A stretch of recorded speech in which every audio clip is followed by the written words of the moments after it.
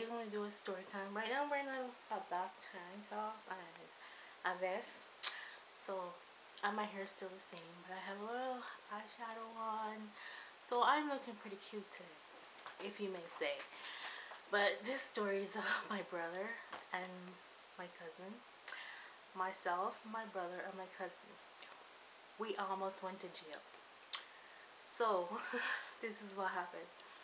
My cousin and I, we decided to go to this was in Jamaica when I was very young, and so I went to Jamaica and we decided to go for cane, sugar cane. And what had happened, my cousin and I, my brother saw us and he's like, where are you guys going? And we're like, we're going for sugar cane.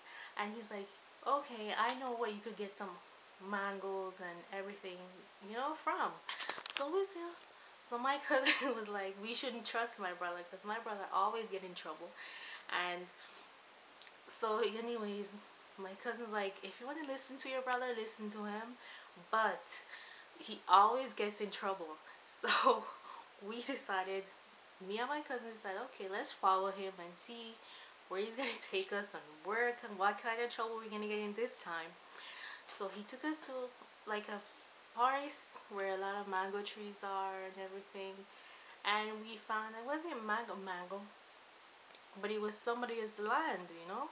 And the person, while we were over there picking the mangoes and stuff, the person that the land belongs to came along and saw us, and he's like, what are you guys doing over there? And we're like, picking some mangoes.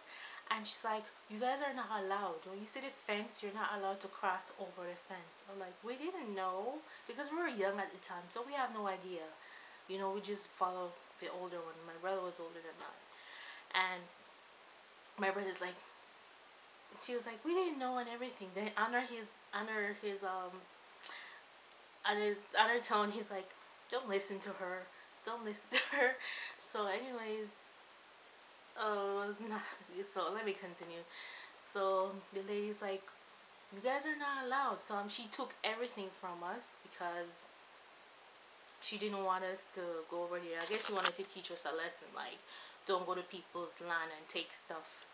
So she took all the mangoes from us, and she's like, you know what, I'm gonna call the police on you guys.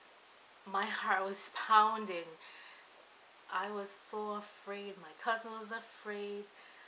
And she took everything and she went home. My brother, she's like, I'm going to a different direction. He went a separate direction from us. And my cousin and I, we walked home. And what happened when we got home, she's like, she keeps saying, because we're walking behind her, and she's like, I'm gonna call the police on you guys. I'm gonna call the police on you guys.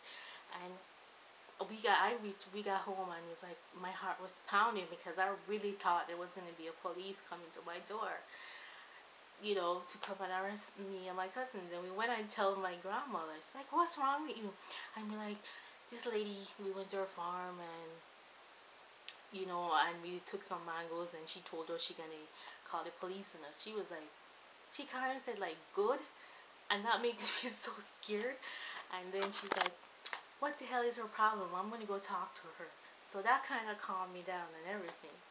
After a while, I went to my cousin's house, and his grandmother was like, yeah, you guys deserve to go to jail.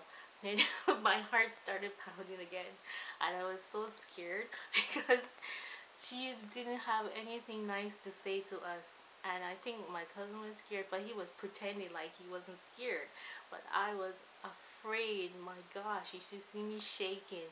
And oh my god, that was so horrible. I remember that story so well in my head, and I promised that day I would never go anywhere with my brother again, especially going to somebody's farm and taking stuff, because he always do that, and he always get in trouble, or he always get people in trouble. And he's a troublemaker. He was a troublemaker then. And so that is the conclusion of my story. But I was afraid. My gosh, I was shaking. I was literally shaking.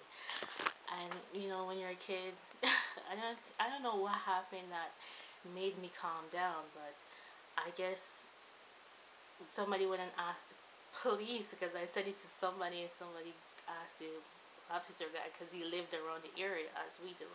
And he's like, did this lady come and say anything to you?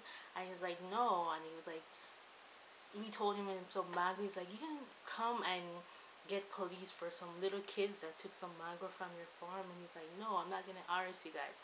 And that makes me feel so good.